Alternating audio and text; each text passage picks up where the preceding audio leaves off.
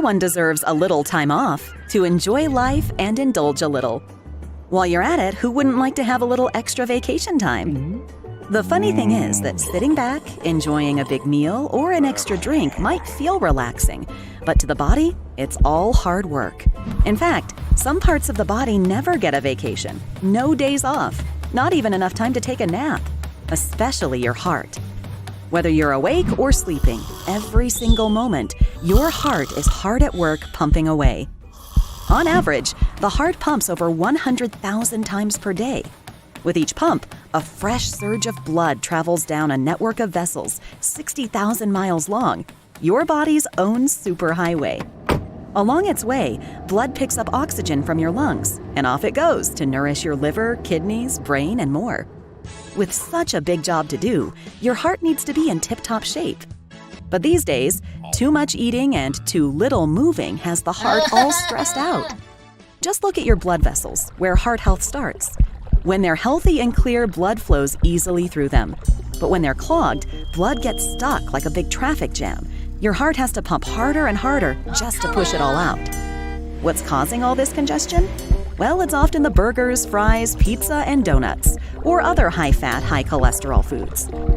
Fat and cholesterol form sticky clumps called plaque that builds up in your arteries, and your blood vessels become narrow and rigid, which is called atherosclerosis.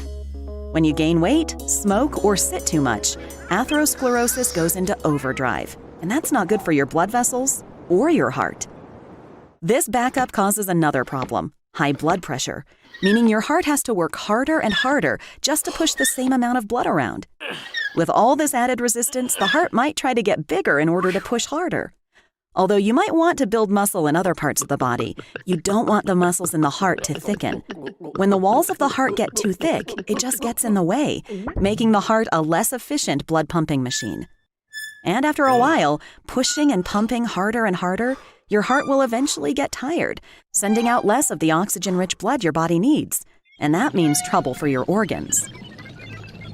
Look how slowly that blood is flowing. And what is that? A clot has formed in the pooling blood. Now it's moving. If it travels to a blood vessel that feeds the heart, it could get stuck and cut off the blood supply. Without oxygen, part of the heart muscle could die. That's a heart attack, and it's serious. Look, the clot is headed for the brain. If it gets stuck in a blood vessel there, it robs brain tissue of the oxygen needed to think and walk and talk and do just about everything else. That's called a stroke, and it's also big trouble. These stories are scary, no doubt, but you have the power to prevent them. All you have to do is show your heart a little love, and it will keep ticking away for years to come. Here's how you do it. Get moving. Walk, ride a bike, or take a dance class. Keep your heart pumping for at least 30 minutes 5 days a week with aerobic exercise. When you exercise, you trim fat, and the heart becomes more efficient. Snuff out those cigarettes. Every cigarette puff fills your lungs with a cloud of toxic chemicals. Those toxins wind their way into your blood, damaging your heart and its delicate vessels. Once you stop smoking, the clouds clear. In just 1 year, your heart disease risk is cut in half. Eat a rainbow of colors. Fill your plate with colorful fruits and vegetables. Green, orange, red, and yellow. They're filled with heart-healthy nutrients. Stay far away from the villains on the shelves, the boxes and bags of sugary, salty, high-calorie processed foods that weigh you down and harm your heart. Watch that scale. If you have to count too high, you're putting strain on your heart. Keep your weight in a healthy range for your height. And learn your numbers, the ones that count. Your blood pressure, blood sugar, and cholesterol. If they're too high, ask your doctor how to bring them back down. Make a commitment to take care of your health, and your heart is sure to thank you.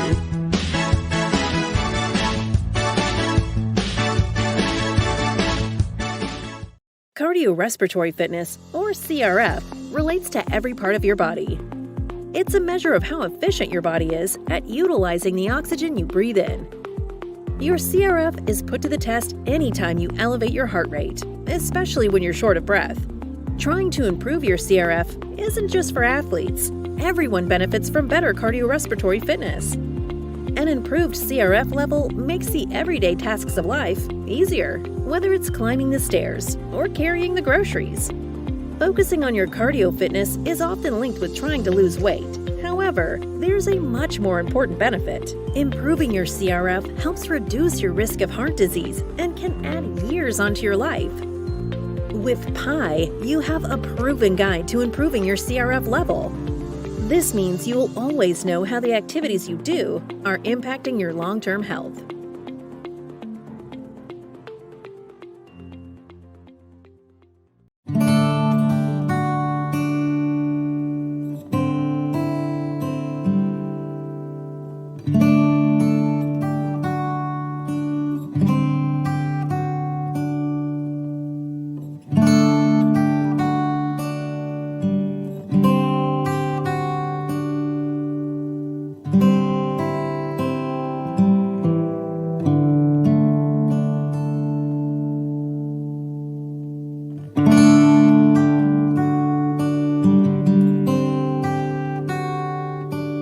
Hi and welcome. In this video, you're going to find out, what is the difference between muscular strength and muscular endurance? What is the difference between muscular strength and muscular endurance and muscular power? Muscular strength is determined by how much force you can exert or how much weight you can lift. Building muscular strength uses heavier weights for fewer repetitions. Muscular endurance refers to the ability of a muscle to sustain repeated contractions against resistance for an extended period of time. What comes first, muscular strength or muscular endurance? Why? It lays the foundation for you to do the most effective strength training. Thus, the latter repetitions in the 15 to 20 range develop mainly strength, while the early repetitions, first 10 or so, are for muscular endurance. What counts as muscular endurance?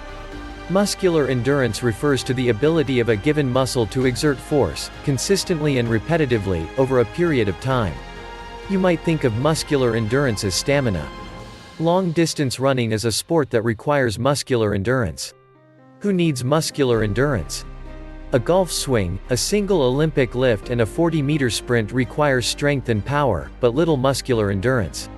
Other sports that do require muscular endurance include football, swimming, wrestling, rock climbing, boxing, martial arts, figure skating, surfing, skiing and basketball. Are push-ups muscular strength or endurance? Push-ups are much more than just an upper body exercise. They work the pecs, deltoids and triceps while strengthening the muscles of the core. On top of improved upper body definition, push-ups build muscular endurance and create lean muscle mass that improves overall fitness and good health. What is an example of muscular strength? Practically speaking, you use muscular strength when you lift yourself out of a chair, pick up a heavy object, or push a piece of furniture. In the gym, a single repetition at a given weight is an example of muscular strength. What foods increase strength? 6 foods to increase muscle strength. Eggs. As one of nature's most complex, complete and flexible foods, eggs are the gold standard of protein. Wild salmon. With 20 grams of protein in every 100 gram serving, wild salmon will accelerate your results while sports training in Phoenix. Quinoa. Spinach. Sunflower seeds. Chicken. By now, you know that strength training is important. Yes, it gives you sleek muscles, but research shows that regularly lifting weights has a bunch of health benefits that go way beyond aesthetics. Thankfully, more group fitness classes than ever are incorporating weights into their routines. Even cardio-focused classes don't shy away from giving clients a little extra oomph, but when you lift 3 to 8 pound weights on a spin bike for 5 or so minutes, you're training your muscles very differently than when you're busting out a single super heavy bench press. That doesn't mean one type of training is better than the other, and it certainly doesn't mean you should stick to one training style all the time. In fact, that would be detrimental to your progress, as you need both muscular endurance and strength in your day-to-day life. But what, exactly, is the difference between the two? Examples: sitting up with good posture, or walking home on your commute with good stamina is a test of muscular endurance. Strength, on the other hand, is called on when you need to lift a heavy box, put a suitcase in the overhead bin, or carry a child without getting injured. Your best course of action: incorporate both into your weekly routine. But in order to do that, you need to truly understand the difference between muscular endurance and strength. We'll explain. What is muscular endurance? When you head to, say, a spin class, there's usually an upper body segment incorporated. It's typically near the end of class, and it lasts about 5 minutes. During that time, you rotate between various exercises: biceps curls, overhead presses, and triceps extensions without rest for what often feels like forever. That, in a nutshell, is building muscular endurance, which is the ability for the body to work for an extended amount of time. The longer you can perform that action, whether it's continuous biceps curls, riding a bike, or running, the more muscular endurance you have. And while you often use the same muscle groups when building both strength and endurance, depending on the action, different muscle fibers are recruited. Slow twitch muscle fibers type 1 are responsible for endurance, and fast twitch fibers type 2 are responsible for strength and power. When you do endurance activities that train slow twitch fibers, you improve the ability of your muscles to use oxygen, which helps you perform longer before feeling tired. Why do I need muscular endurance?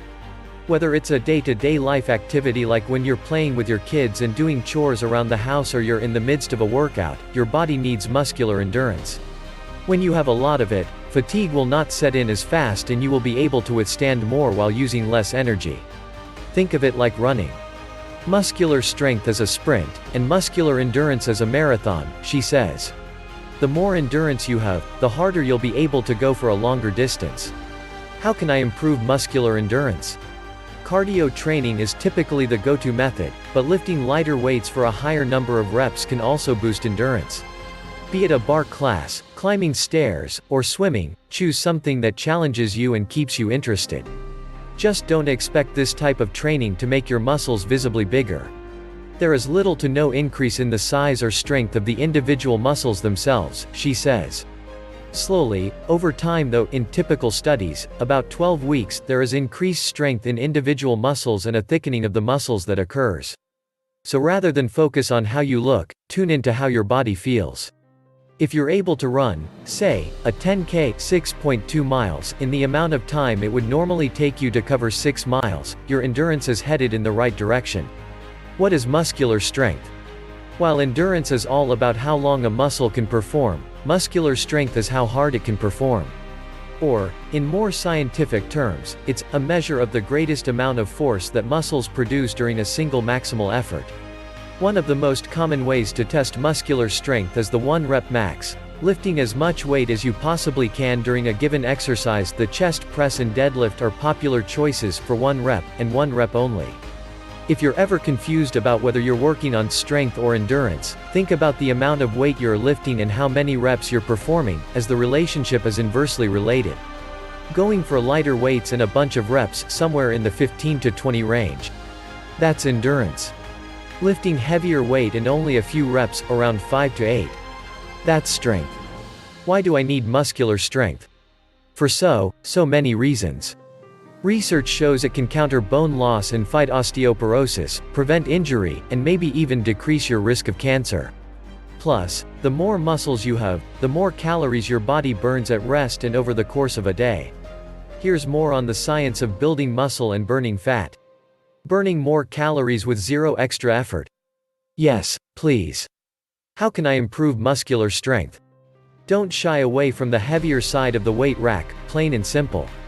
Experts have said time and time again that women do not have high enough testosterone levels to get bulky, so you can throw that excuse out the window. To get the most bang for your dumbbell, focusing on functional movements that utilize your entire body. Functional exercises are those that we, as human beings, perform regularly in our daily lives.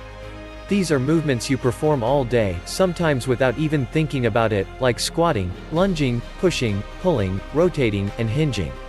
Exercises that translate well include squats, reverse and side lunges, push-ups, bench presses, Russian twists, and deadlifts. They'll all help make daily activities easier by improving strength, coordination, and balance. While you're training, don't get caught up in the mindset that more is always better, he warns. Instead, focus on the quality of movement.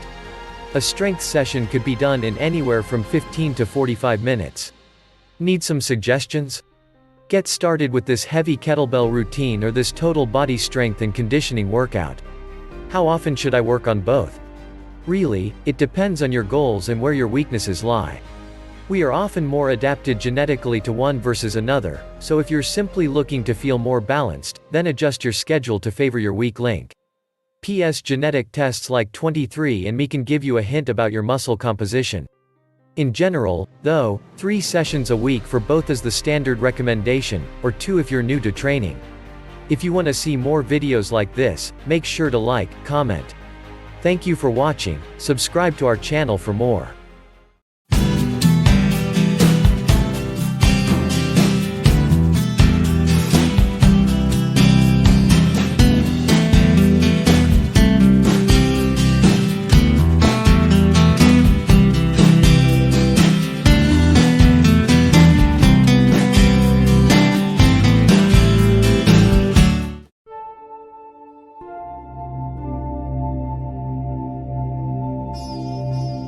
Flexibility means you can stretch your muscles and joints through their full range of motion like a rubber band. You can twist, bend, and stretch easily.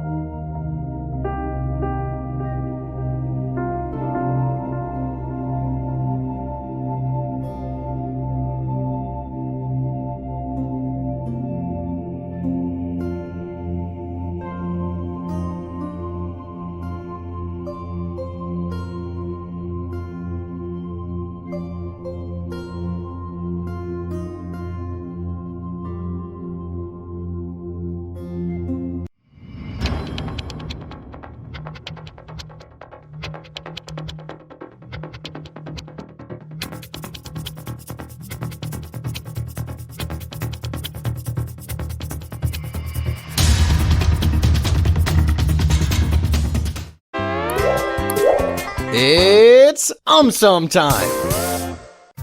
What is BMI? Burger with mango ice cream. Nah.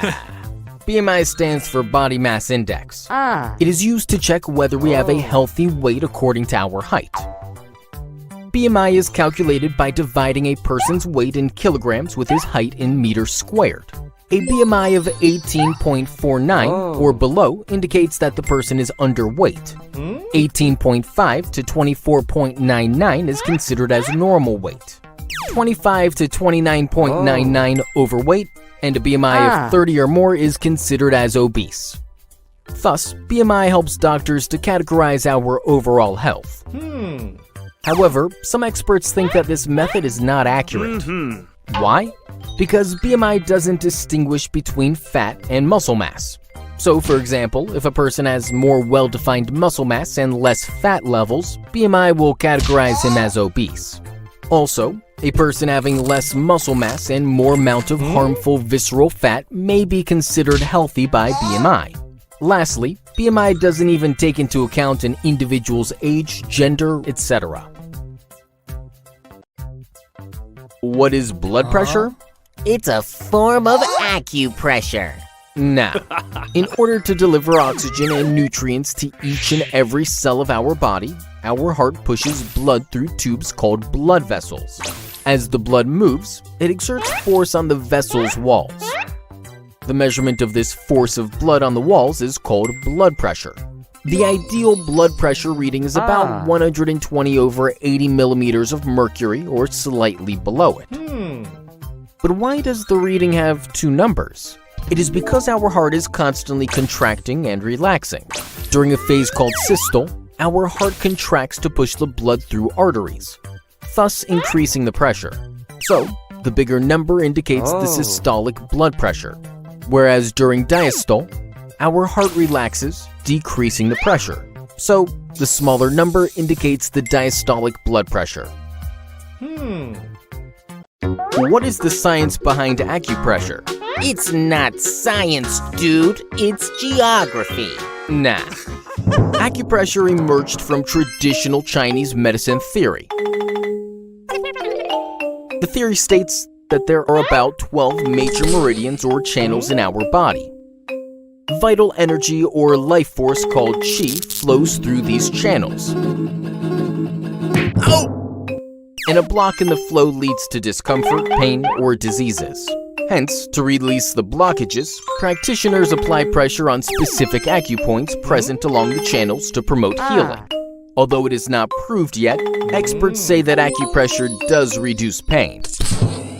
How? When we eat painkillers, they stimulate specific pathways in the brain, helping reduce the pain. According to experts, the force on acupoints does the same. In addition to this, a study on rats showed that acupressure actually reduced the activity in their brain's stress pathways. So, in humans, it might work in a similar manner. However, many other experts think that it is just a placebo effect. What is vocal fry? It may be similar to a French fry. Not at all. Vocal fry is a creaky or raspy voice seldom used in speech. I thought it is used by leech. Oh, gross. Just throw that away and listen. When we speak, air from our lungs passes through the vocal folds, making them vibrate. These vibrations make the air in our mouth and nose to vibrate, thus producing sound or voice. Generally, human voice can be divided into 3 ranges or registers. They are falsetto, modal, and fry. Most people speak and sing in the modal range. But sometimes, when we speak in fry range, our vocal folds slam shut. However, longitudinally, they are not stretched tightly. Air from the lungs bubbles out through this loosely closed folds, thus creating that creaky voice called fry.